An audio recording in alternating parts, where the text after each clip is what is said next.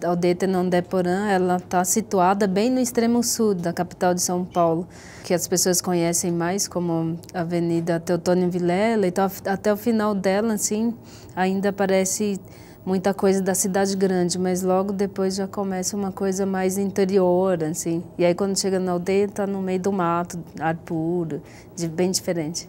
Pertinho já da Mata Atlântica, então ela tá bem distante. Nessas terras Tenonde-Porã e Curucutu, elas foram demarcadas na década de 87. E aí quando ainda tinha poucas famílias, um pouco mais de 20 famílias. Nessa época se usava muito como dentro do nosso conhecimento do nosso povo, assim, que é usar a terra de maneira suficiente. Então plantar só o suficiente, colher o suficiente, caçar, pescar o suficiente, assim.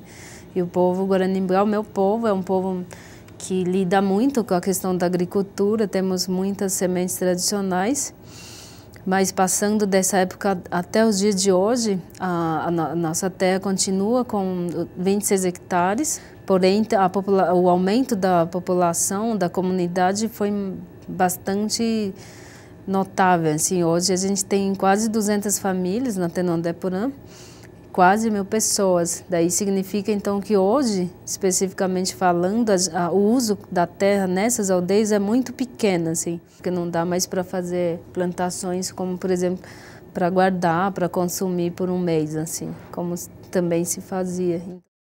Faz muito tempo, quase 30 ou mais de 30 já, que a gente também, a comunidade local, pede a ampliação das terras por conta de ser, então, uma cultura que sem terra fica muito desfavorável, assim, né? O povo Guaranimbá, o meu povo, precisa de terra para equilibrar o seu mundo religioso, para ter dignidade nos seus afazeres de cotidiano, assim, naturalmente, mas também, então, para a sua sobrevivência, assim, de modo só o que é necessário, por exemplo, para a pesca, para a caça, para o plantio.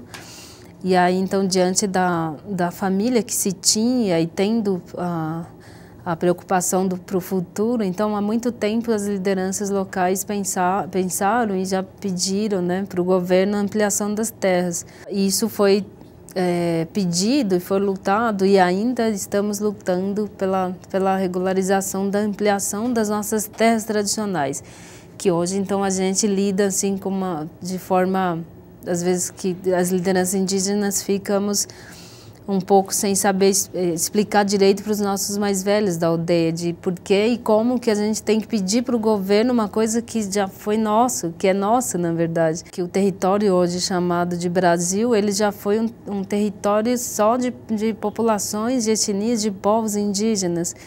E que depois da invasão do europeu, do Juruá, né, a gente teve todas as nossas terras tomadas. E hoje a gente tem que lutar por 30, 40, 50 anos por um pedacinho de terra. Novas lideranças que veio da minha geração, nós aprendemos com nossos caciques. Daí vimos a necessidade de dar continuidade na luta, para que o governo repensasse essas áreas demarcadas num processo de revisão de limites, né? No qual hoje a Tenonde-Porã e o Jaraguá e a aldeia Boa Vista e outras terras, mesmo no litoral, existem terras no processo de revisão de limites, né? E essa revisão de limites, a FUNAI, junto com os antropólogos, que foi criado um grupo de GT e que fez novos estudos, né, em torno das terras já demarcadas, inclusive com históricos, né? E hoje está no processo desse revisão de limite. Foi publicado uma área em Parelheiros da Tenonde-Porã em abril de 2002, para que essa revisão, então, está no processo. Ainda falta o reconhecimento do ministro da Justiça com a portaria que precisa assinar. E nós estamos nessa luta. As terras Guaranimbá, que estão situadas na capital de São Paulo, que apesar de toda a influência da sociedade envolvente, a gente ainda tem pessoas que não sabem falar o português na aldeia. E que para a gente preservar a nossa cultura, para a gente ter o nosso direito legítimo de viver numa área que possibilite a gente a desenvolver o Nhanderecó, como na nossa língua a gente fala, o nosso modo de vida, a gente precisa de território.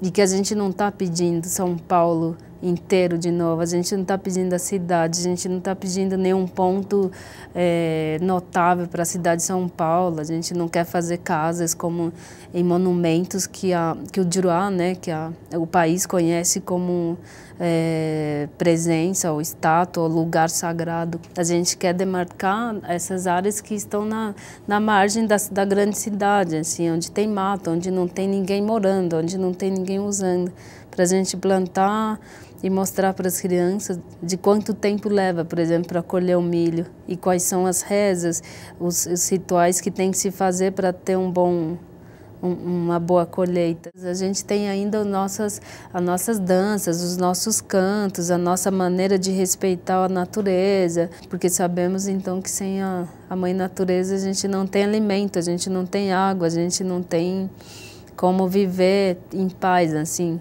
com os outros ou ou espiritualmente falando, assim.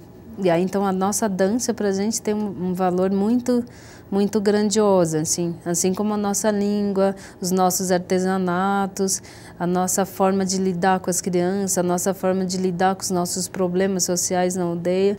E aí, dentro do modo de ser Guarani, por exemplo, uma coisa está ligada à outra, assim. Então, tudo para a gente é patrimônio, que então está referendado a essa situação do conhecimento tradicional e que a gente tem esse direito legítimo, assim, de que isso seja respeitado, que isso seja valorizado, assim, pelo governo do país. A gente só quer preservar e ter a oportunidade de dar continuidade ao nosso povo, assim, que também é uma riqueza do país, né? Vamos falar a verdade.